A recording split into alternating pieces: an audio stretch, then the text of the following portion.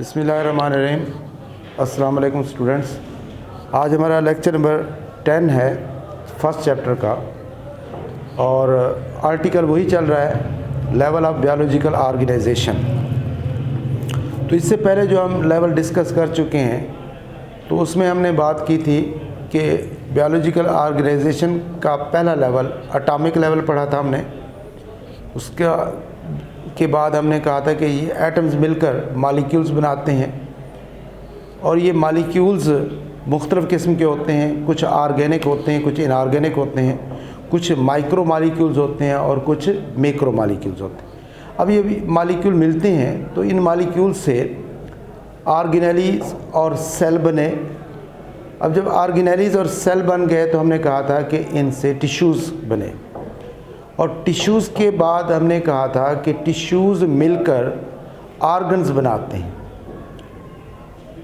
Organs मिलकर organ system बनाते हैं। जब ऑर्गन और ऑर्गन सिस्टम मिले तो इनसे एक बॉडी बना जिसको हमने इंडिविजुअल का नाम दिया था। फिर हमने कहा था जी इंडिविजुअल्स की स्पीशी होती हैं। अब स्पीशी की तारीफ़ हमने की थी कि भी एक ही तरह के जानदार, एक ही नस्ल के अफराद जो किसी एक जगह पर मौजूद हों उसको हम स्पीशी कहते हैं, और वो आपस में एक जैसे हों और आपस में रिप्रोड्यूस भी कर सकते हों, और उनसे जो ऑफस्प्रिंग प्रोड्यूस हों वो भी उनके एंसेस्टर जैसे हों। फिर इसके बाद हमने इससे बड़ा लेवल डिस्कस किया था हम पिछले जो है ना लेक्चर में, कि स्पीशी से बड़ा लेवल पॉपुलेशन है। और पॉपुलेशन की हमने तारीफ़ की थी कि पॉपुलेशन से मुराद एक ही स्पीशी के अफराद की कुल तादाद जो किसी एक जगह पर, एक मकाम पर मौजूद हो, एक वक्त पर मौजूद हो, उसको हम पॉपुलेशन कहते हैं। और पॉपुलेशंस के फिर हमने एट्रीब्यूट्स डिस्कस किए थे। आज हमने उससे बड़ा अगला लेवल हमने डिस्कस करना है जिसको हम कम्युनिटी कहते हैं। तो कम्युनिटी का लफ्ज़ जो है वो कम्युनिकेशन से आया है। कम्युनिकेशन का मतलब होता है बाहमी राब्ता। इसकी तारीफ़ हम यूँ करते हैं कि डिफरेंट पॉपुलेशंस जो किसी जगह पर मौजूद हों तो वो कम्युनिटी बनाते हैं, वो एक अगला लेवल बनाते हैं, हायर लेवल बनाते हैं, जिसको हमने कम्युनिटी का नाम दिया। अब इसमें कम्युनिटी को जो है ना मेन फोकस किया गया है कि भाई जब डिफरेंट पॉपुलेशंस मौजूद होंगी तो उनमें ज़्यादा से ज़्यादा एक दूसरे के साथ इंटरेक्शन होगा। तो इसलिए इसकी तारीफ़ यूँ ही करेंगे, population of different species living in same habitat form community. इसकी मिसाल मुख्तलिफ मिसालें हैं, जैसे फॉरेस्ट कम्युनिटी है, पॉन्ड कम्युनिटी। अब फॉरेस्ट बहुत बड़ा जंगल, अब बहुत बड़े जंगल में मुख्तलिफ़ किस्म की पॉपुलेशंस वहाँ पर मौजूद होती हैं।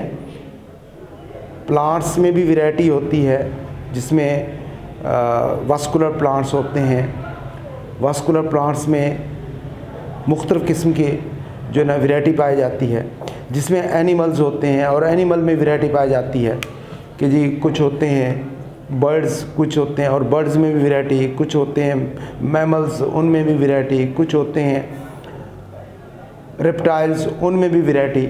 इसके अलावा माइक्रो ऑर्गेनिज़म भी वहाँ पर होते हैं। तो लातादाद किस्म के ऑर्गेनिज़म वहाँ पर आबाद होते हैं। तो चूँकि ये मुख्तलिफ़ किस्म के ऑर्गेनिज़म का एक ग्रुप होता है, मुख्तलिफ़ किस्म की ऑर्गेनिज़म की पॉपुलेशंस का एक ग्रुप होता है, तो इस वजह से इसको कम्युनिटी कहते हैं। अच्छा, जो कम्युनिटी की ख़ास बात होती है वो ये होती है कि हमेशा इसमें इंटरेक्शन ज़्यादा होते हैं। मुख्तलिफ़ पॉपुलेशन से एक दूसरे से रिलेट कर रही होती हैं। वो इंटरेक्शंस की बुनियाद पर हम कहते हैं कि कम्युनिटी कभी कांस्टेंट नहीं होती, ये हमेशा डायनामिक होती है। डायनामिक का मतलब ये होता है कि कुछ पॉपुलेशंस की तादाद में बहुत ज़्यादा इजाफा हो रहा होता है, कुछ पॉपुलेशन की तादाद में कमी हो रही होती है। वजह इसकी ये है कि चूँकि डिफरेंट पॉपुलेशंस वहाँ पर आबाद होती हैं, तो डिफरेंट पॉपुलेशंस अपने इन्वायरमेंट के साथ जिनका इंटरेक्शन ज़्यादा बन रहा होता है, जिसको इन्वायरमेंट ज़्यादा सपोर्ट करती है उसकी तादाद में इजाफ़ा होता है। जिसको इन्वायरमेंट ज़्यादा सपोर्ट नहीं करती तो उनकी तादाद में कमी हो रही होती है। ये सिंपल सी एक आप मिसाल दे सकते हैं। जैसे आप देखते होंगे गर्मियों में अमूमन जो है ना कुछ इंसेक्ट्स वगैरह, जो कॉमन सी मिसाल हम दे सकते हैं, इंसेक्ट्स की तादाद बढ़ जाती है, बाहर निकल आते हैं, या बारिशों के फ़ौरन बाद जो है ना मक्खियों की तादाद बढ़ जाती है, मच्छरों की तादाद बढ़ जाती है। सख्त गर्मियों में ये जानवर जो होते हैं, मक्खियाँ मच्छर वगैरह मर जाते हैं। इसका मतलब है कि इनकी जो मौजूदगी है वो इन्वायरमेंट के साथ है। जिसको जितना ज़्यादा इन्वायरमेंट सूट करेगा वो उतना ज़्यादा तादाद में वहाँ पर नज़र आएंगे आपको। तो इस बुनियाद पर हम कहते हैं कि community is a dynamic in collection of organism. Community एक ऑर्गेनिज्म का कलेक्शन है जो कि हमेशा डायनामिक रहता है। डायनामिक का मतलब क्या होता है? वन पॉपुलेशन में इंक्रीज़, किसी एक पॉपुलेशन के साइज़ में इजाफा हो रहा होता है, अदर में डिक्रीज़, किसी भी की साइज़ में कमी हो रही होती है, किसी के अफराद की तादाद में कमी हो रही होती है। ये डायरेक्टली रिलेट कर रहा होता है इन्वायरमेंट से, और उस इन्वायरमेंट को हम कहते हैं एबायोटिक फैक्टर्स। अब एबायोटिक फैक्टर से मुराद नॉन लिविंग से मुराद पानी, टेम्परेचर, ये ख़ास तौर पर जो है ना उन पर असरअंदाज हो रहे होते हैं। वजह उसने ये बता दी, due to fluctuation in abiotic factor. तो एक कम्युनिटी के डायनामिक होने का ताल्लुक एबायोटिक फैक्टर में तब्दीली है। फ्लक्चुएशन का मतलब होता है तब्दीली, कि चूँकि हमारा जो इन्वायरमेंट है वो यकसा नहीं होता, ख़ास तौर पर एबायोटिक फैक्टर के हवाले से। कभी सर्दियाँ, कभी गर्मियाँ, कभी धूप, कभी जो है ना छाँव, कभी बारिशें, कभी सैलाब, ये चीज़ें जो होती हैं एबायोटिक फैक्टर्स कहलाती हैं, और ये डायरेक्टली रिलेट कर रही होती हैं उन जानदारों की ज़िंदगी पर। तो इस वजह से कम्युनिटीज़ आम तौर पर जो है ना साइज़ के हवाले से दो तरह की हमें नज़र आती हैं। एक वो कम्युनिटी होती है जिसमें उसकी साइज़ की तादाद, अफराद की तादाद बहुत ज़्यादा होती है। एक वो कम्युनिटीज़ होती हैं जिनमें अफराद की तादाद कम होती है। तो ज़्यादा साइज़ वाली कम्युनिटी को हम कहते हैं, मतलब वैराइटीज़ इनमें पाई जाती हैं। सम कम्युनिटीज़ आर कम्प्लेक्स, जिन कम्युनिटीज़ की तादाद ज़्यादा होती है तो वो कम्प्लेक्स होते हैं, और दूसरी जिनकी साइज़ कम होती है वो सिंपल होती है। तो यही हम पढ़ेंगे कि some communities are complex and well interconnected. जितना ज़्यादा उसका हुजूम होगा, जितना उसमें पॉपुलेशंस की तादाद ज़्यादा होगी, इट मीन्स कि वो स्टेबल है, और उसको इन्वायरमेंट जो होता है सपोर्ट कर रहा होता है। और दूसरी कम्युनिटीज़ जिनमें अफराद या पॉपुलेशन की तादाद कम होती है तो उसको हम कहते हैं सिंपल कम्युनिटी। तो इस तरह कम्युनिटीज़ की दो टाइप्स हैं, एक कम्प्लेक्स कम्युनिटी, एक सिंपल कम्युनिटी। कम्प्लेक्स कम्युनिटी वो जिसमें पॉपुलेशंस की तादाद ज़्यादा हो, सिंपल कम्युनिटी वो जिसमें पॉपुलेशन की तादाद कम हो। अब इन दोनों में जो कामयाब कम्युनिटी होती है, या जिसको आप कह सकते हो स्टेबल कम्युनिटी होती है, वो कम्प्लेक्स होती है, वो स्ट्रांग होती है, क्योंकि उसमें इंटरेक्शन ज़्यादा होते हैं। और जो सिंपल कम्युनिटी होती है वो जो है ना इसमें कि वीक होती है, अनस्टेबल होती है।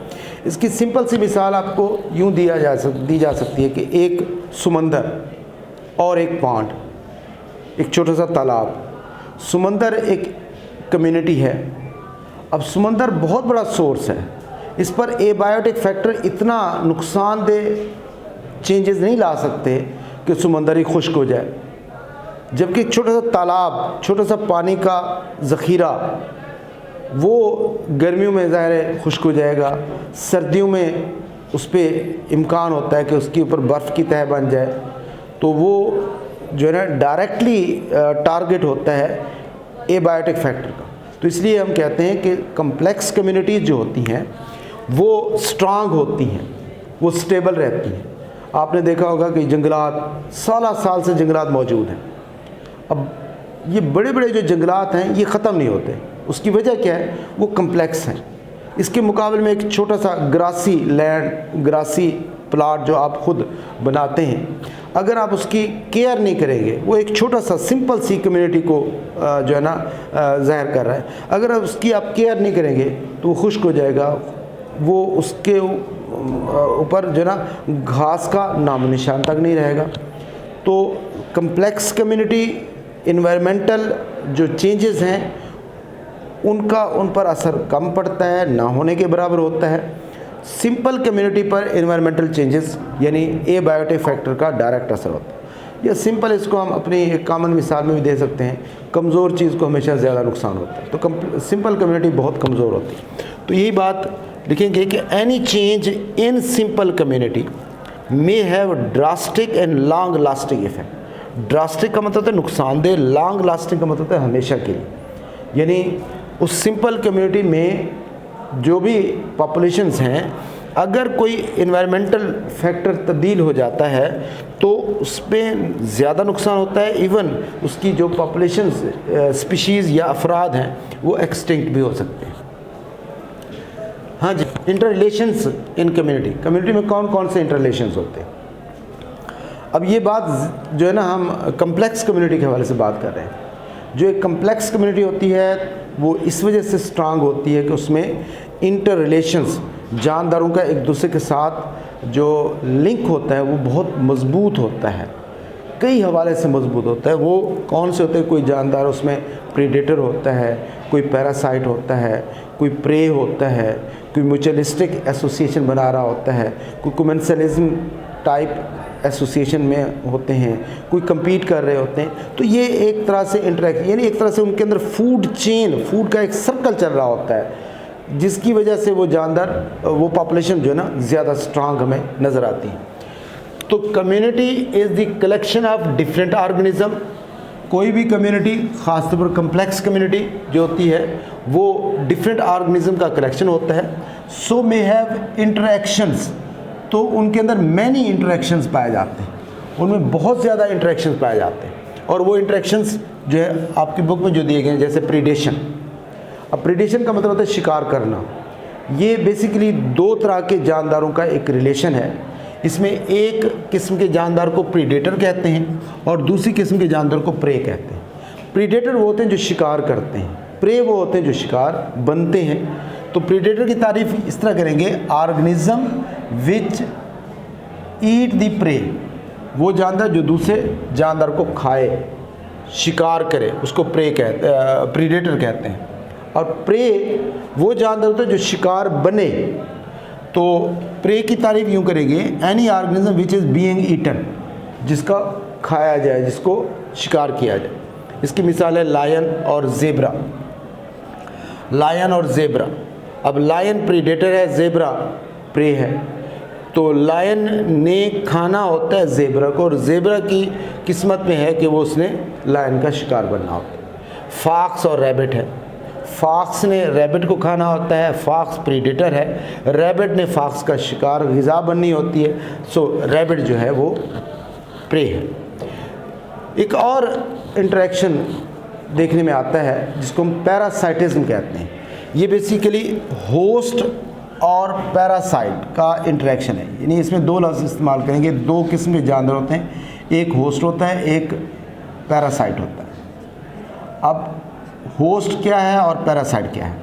इस रिलेशनशिप की तारीफ इस तरह करते हैं, relationship in which one organism get food and protection from other, यानी एक जानदार दूसरे से ग़िज़ा भी ले रहा होता है और उससे प्रोटेक्शन भी ले रहा होता है और उसको नुकसान भी पहुंचा रहा होता है। बाज़ पैरासाइट हैं जो नुकसान नहीं देते, मोस्टली पैरासाइट जो होते हैं नुकसान दे रहे होते हैं। तो इसकी मिसाल जैसे प्लाज्मोडियम की मिसाल है।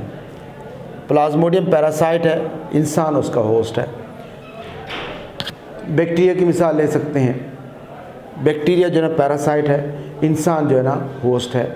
वायरस की मिसाल दे सकते हैं, वायरस पैरासाइट है, इंसान उसका होस्ट है मुख्तलिफ डिजीज़ में। कमेंसलिज्म, कोमेंसलिज्म एक ऐसा एसोसिएशन होता है जिसमें दो ऑर्गेनिज्म का रिलेशन, दो किस्म के ऑर्गेनिज्म का रिलेशन होता है और उस रिलेशन में एक को तो बहरहाल फ़ायदा होता है और दूसरा जो होता है उसको ना फ़ायदा होता है ना नुकसान होता है। इसकी डेफिनेशन यूँ करेंगे, relationship in which one organism get benefit, एक ऑर्गेनिज्म ने तो लाजमी फ़ायदा उठाना होता है, एंड अदर रिमेन हार्मलेस, दूसरे को कोई फ़ायदा नुकसान नहीं होता। इसकी एक मिसाल जो आपने 10th क्लास में पढ़ी थी, रिमोरा। अब रिमोरा जो है वो एक छोटी सी मछली है, शार्क बहुत बड़ी मछली है। रिमोरा शार्क के ऊपर राइडिंग करती है, यानी छोटी सी मछली है जो रिमोरा, जो कि टन्स के हिसाब से उसका वज़न होता है शार्क का, रिमोरा उसके ऊपर मौजूद है, उसको उसके मौजूदगी का शायद एहसास भी नहीं होता होगा। शार्क अपने शिकार के लिए मुख्तलिफ जगहों पर पहुंचती है, जब वो मुख्तलिफ जगहों पर पहुंचती है साथ रिमोरा को भी हैबिटेट मिल जाता है, मुख्तलिफ किस्म के सोर्सेज ग़िज़ा के मिल जाते हैं। तो इसका फ़ायदा रिमोरा को तो है, शार्क को ना फ़ायदा है ना नुकसान है। हाँ जी, म्यूचुअलिज्म एक एसोसिएशन है जिसमें दोनों को फ़ायदा होता है, दोनों को फ़ायदा होता है, यानी दोनों की एक्टिविटीज़ से, दोनों पार्टनर की एक्टिविटीज़ से दोनों मुस्तफ़ीद हो रहे होते हैं। मिसाल, इसकी तारीफ हम यूँ करेंगे, relationship in which both partner get benefit, दोनों पार्टनर फ़ायदा उठाते हैं। जैसे लाइकन, अब लाइकन एक एसोसिएशन है, एसोसिएशन का नाम है एल्गी और फंजाई का। अब दोनों जो पार्टनर हैं एल्गी और फंजाई एक दूसरे को फ़ायदा पहुंचाते हैं। एल्गी जो है वो मिनरल्स हासिल करते हैं, फंजाई जो है वो उससे फूड लेते हैं। माइकोरिज़ा नेक्स्ट चैप्टर में पढ़ेंगे आप, एक ये भी एसोसिएशन का नाम है जिसमें एक पार्टनर फंजाई होता है और दूसरा पार्टनर वास्कुलर प्लांट्स की रूट्स होती हैं।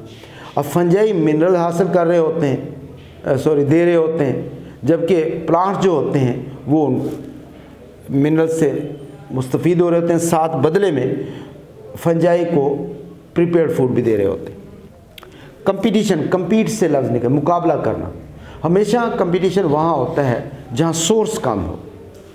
जैसे मैं आपको जो है ना एक मिसाल दे सकता हूँ कि जी 1000 रुपये का इनाम है, अब 1000 रुपये एक है, हासिल करने वाले बहुत से हैं, तो ये कंपटीशन कराएगा। तो कंपटीशन की तारीफ हम यूँ करते हैं, relation in which organism compete, जिसमें जानदार एक दूसरे को कम्पीट करते हैं फॉर लिमिटेड सोर्स, महदूद सोर्स के वाले से। हमारे इन्वायरमेंट में अमूमन फूड का, टेम्परेचर का, स्पेस का की कमी रहती है और इसको हासिल करने के लिए करने वाले जानदार बहुत से हैं। तो हम कह सकते हैं कि ये सोर्स है और इसको हासिल करने वाले कंपटीटर कहलाते हैं। तो इस तरह का भी इंटरेक्शन जो है ना हमारे कम्युनिटी में नज़र आता है। चलिए जी, एक तो हमारा ये लेवल कंप्लीट हो गया। अब एक और डेफिनेशन है जिसको हम कहते हैं इकोसिस्टम। इकोसिस्टम की तारीफ ये है कि कम्युनिटी का इन्वायरमेंट के साथ, नॉन लिविंग सोर्स के साथ जो रिलेशन होता है उसको हम, उस कम्युनिटी को हम कहते हैं कि ये जो है ना इकोसिस्टम बनाते हैं। तो इकोसिस्टम की तारीफ हम यूँ करेंगे, a community along with non living source, along with non living surroundings. अब यहाँ पर एक कन्फ्यूजन शायद आपको पैदा होगी भी, एक तो हमने इकोसिस्टम पढ़ा, एक हमने कम्युनिटी की तारीफ पढ़ी। कम्युनिटी में आपने जस्ट पॉपुलेशंस को डिस्कस किया, जबकि इकोसिस्टम में पॉपुलेशंस का नॉन लिविंग सराउंडिंग से ताल्लुक़ को स्टडी करते हैं। तो इकोसिस्टम ऐसे जगह को कहते हैं, ऐसे एरिया को कहते हैं, ऐसे मकाम को कहते हैं जहाँ पर लिविंग और नॉन लिविंग एक दूसरे के साथ जो है ना इंटरेक्ट कर रहे होते हैं, एक दूसरे के साथ मटेरियल का, मादों का एक्सचेंज कर रहे होते हैं। तो ऐसे प्लेस को, ऐसी जगह को हम कहते हैं इकोसिस्टम। तो इसलिए इसकी तारीफ यूँ करेंगे, इकोसिस्टम बेसिकली क्या है, a community along with non living surrounding for ecosystem, यानी कम्युनिटी और नॉन लिविंग सराउंडिंग मिलकर जो होते हैं वो इकोसिस्टम बनाते हैं। और इकोसिस्टम की मिसालें हम दे सकते हैं marine ecosystem, aquatic ecosystem, lithospheric ecosystem. Marine ecosystem का मतलब है कि समंदर, मैरीन, उसमें रहने वाले जानदार और पानी का जो इंटरेक्शन है, या ये दोनों पानी और उसमें रहने वाले आबी हयात एक इकोसिस्टम बना रहे होते हैं, जिसको मैरीन कहते हैं। लिथोस्फेयर, लिथो कहते हैं साइल को, अर्थ को, हमारी खुश्की पर मौजूद जानदार, यानी ज़मीन होगी और जानदार हो गए, ये मिलकर क्या बनाते हैं, लिथोस्फेरिक इकोसिस्टम बनाते हैं। हाँ जी, बायोस्फीयर क्या होता है? What is biosphere? बायो कहते हैं लिविंग को, स्फीयर कहते हैं प्लेस को, यानी हमारी कुराए अर्ज़ जो है, इसका वो एरिया, वो मकामात जहाँ जानदार रहते हैं, उस मकाम को हम बायोस्फीयर कहते हैं। आमतौर पर देखा गया है कि ज़मीन के अंदर तकरीबन 10 से 15 किलोमीटर लिविंग ऑर्गेनिज्म रह सकते हैं, और इसी तरह हमारे ज़मीन के ऊपर जो एटमॉस्फेयर है, ये भी तकरीबन 10 से 15 किलोमीटर जो है ना, ये जो एरिया बनता है, यहाँ पर जानदार रह सकते हैं। अगर हम इससे नीचे जाएंगे तो जानदार नहीं रह सकते, उससे ऊपर जाएं तो भी जानदार के लिए जो है ना एनवायरनमेंट मौजूद नहीं रहता। तो ये जो ज़मीन से ऊपर 10 किलोमीटर का एरिया या ज़मीन के अंदर गहराई 10 या 15 किलोमीटर का एरिया, ये पूरा क्या कहलाएगा, बायोस्फीयर। तो बायोस्फीयर की तारीफ ये है, पार्ट ऑफ अर्थ, यानी हमारी ज़मीन का वो हिस्सा, inhibited by the living organism, जहाँ पर जानदार पाए जा सकते हैं, उसको हम कहते हैं बायोस्फीयर। थैंक यू स्टूडेंट, उम्मीद है आपको ये लेक्चर समझ आ गया होगा। अल्लाह हाफ़िज़।